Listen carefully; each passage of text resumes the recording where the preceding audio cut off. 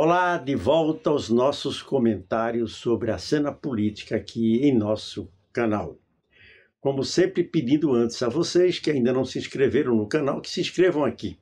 E convide amigas e amigos a fazer o mesmo para que nós possamos estar sempre em contato.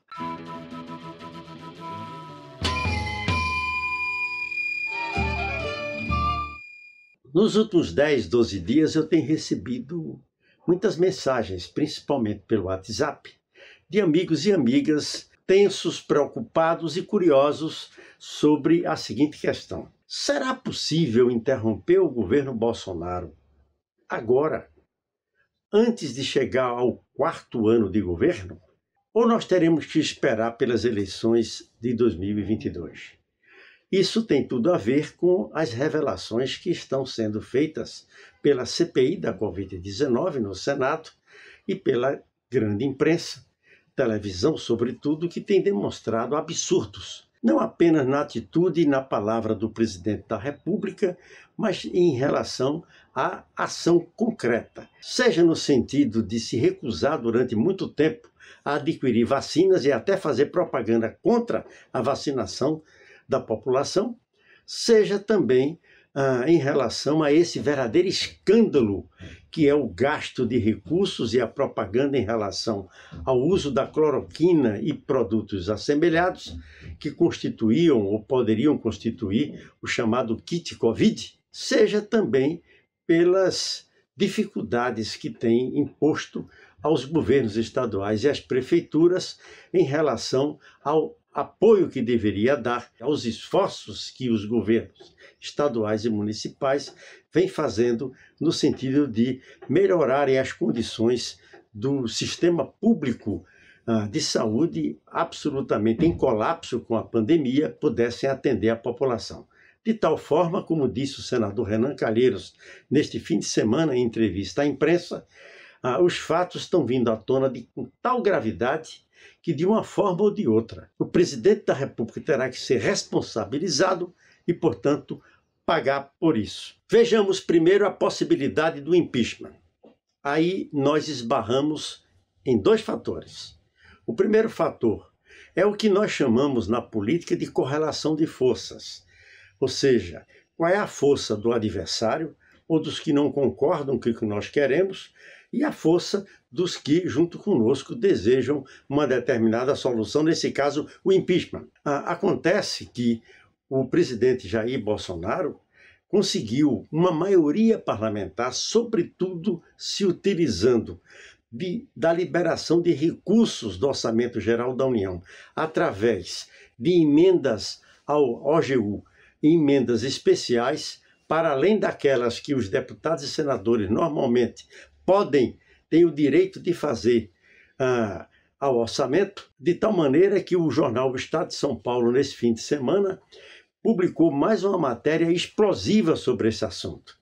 Não apenas dizendo que existe uma execução paralela ao orçamento, da ordem de 3 bilhões de reais, como também que grande parte desses recursos tem sido utilizados de maneira fraudulenta, a exemplo da compra, da aquisição de tratores a preços sobrevalorizados. Coisa assim espantosa do ponto de vista do mau uso dos recursos públicos. Mesmo sentindo o desgaste do governo, mesmo sentindo que há crescentemente uma população insatisfeita e que já não aguenta mais um governo genocida, um governo irresponsável, um governo que inclusive afunda o país numa crise econômica e social sem precedentes, há uma maioria parlamentar de deputados e senadores que prefere sofrer esse desgaste e, ao mesmo tempo, se beneficiarem da liberação de recursos e da ocupação de cargos na gestão pública federal, no sentido de se fortalecerem para uma supostamente desejada reeleição no pleito do ano que vem. O outro fator, digamos assim, é uma ausência, por várias razões, entre as quais, pelas condições impostas pela pandemia, a ausência de um amplo movimento de massas no país, com o povo na rua exigindo o impeachment. Isso poderia estar acontecendo e, se acontecesse, como se verifica em outros episódios da história do Brasil, essa maioria parlamentar poderia, pressionada por um movimento que empolgasse amplas parcelas da sociedade, com o povo na rua, pudesse mudar de posição e nós conseguíssemos, assim, inverter o que eu chamei aqui de correlação de forças no parlamento. E vocês sabem que, para que um processo de impeachment pudesse vingar, em primeiro lugar, cabe uma decisão monocrática do presidente da Câmara dos Deputados, a quem cabe aceitar um dos quase 80 pedidos de impeachment. Vários desses pedidos de impeachment são peças muito bem elaboradas, muito bem fundamentadas e subscritas por representantes de importantes instituições e entidades da sociedade civil do mundo democrático. Além disso, uma vez tramitando um processo de impeachment, implicaria em conquistar uma maioria de 2/3 dos deputados e senadores para que nós pudéssemos aprovar o impeachment. E um processo de impeachment leva em torno de 3 meses de tramitação na Câmara e no Senado. Portanto, nesse momento, não é talvez a opção principal, embora na história do Brasil tenha se registrado muitas ocasiões fatos fortuitos, alguma denúncia, algum tropeço, digamos assim, mais desmoralizante de um governante e o curso dos acontecimentos tenha se alterado. Isso pode acontecer com esse presidente da República que continua a praticar gestos insanos, como deste último fim de semana, que desfilou pelas ruas de Brasília de moto, acompanhado de centenas de motociclistas, e ao terminar esse percurso absurdo, desceu de sua moto sem máscara, cumprimentou, abraçou muitos dos participantes numa demonstração pública, mais uma vez, de absoluto desrespeito à ciência, às orientações da Organização Mundial da Saúde, do próprio Ministério da Saúde, chacoalhando para com o sofrimento do povo brasileiro. Portanto, concomitantemente com essa atitude de não desistir do impeachment, embora sabendo que nesse momento as coisas não são fáceis, a oposição precisa continuar atuando em 2 planos.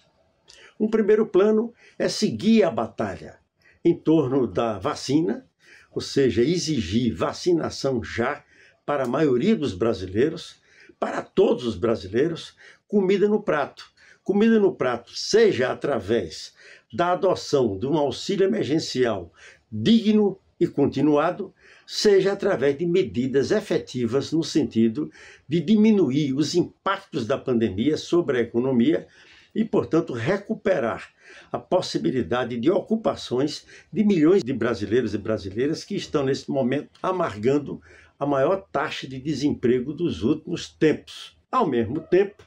é preciso que a oposição, num outro plano, siga debatendo, todos conversando entre si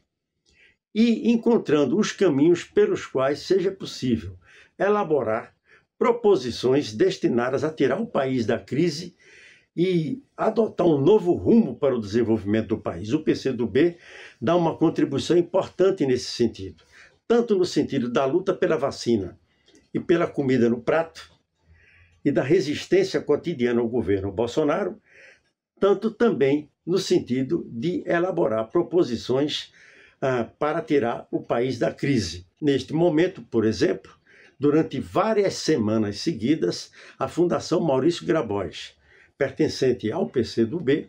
realiza um seminário sobre o nacional desenvolvimentismo e elementos para a construção de um novo projeto nacional de desenvolvimento. Por essas razões, minha gente, e vocês, sobretudo, que me interpelam pelo WhatsApp e questionam as coisas, aqui eu repito,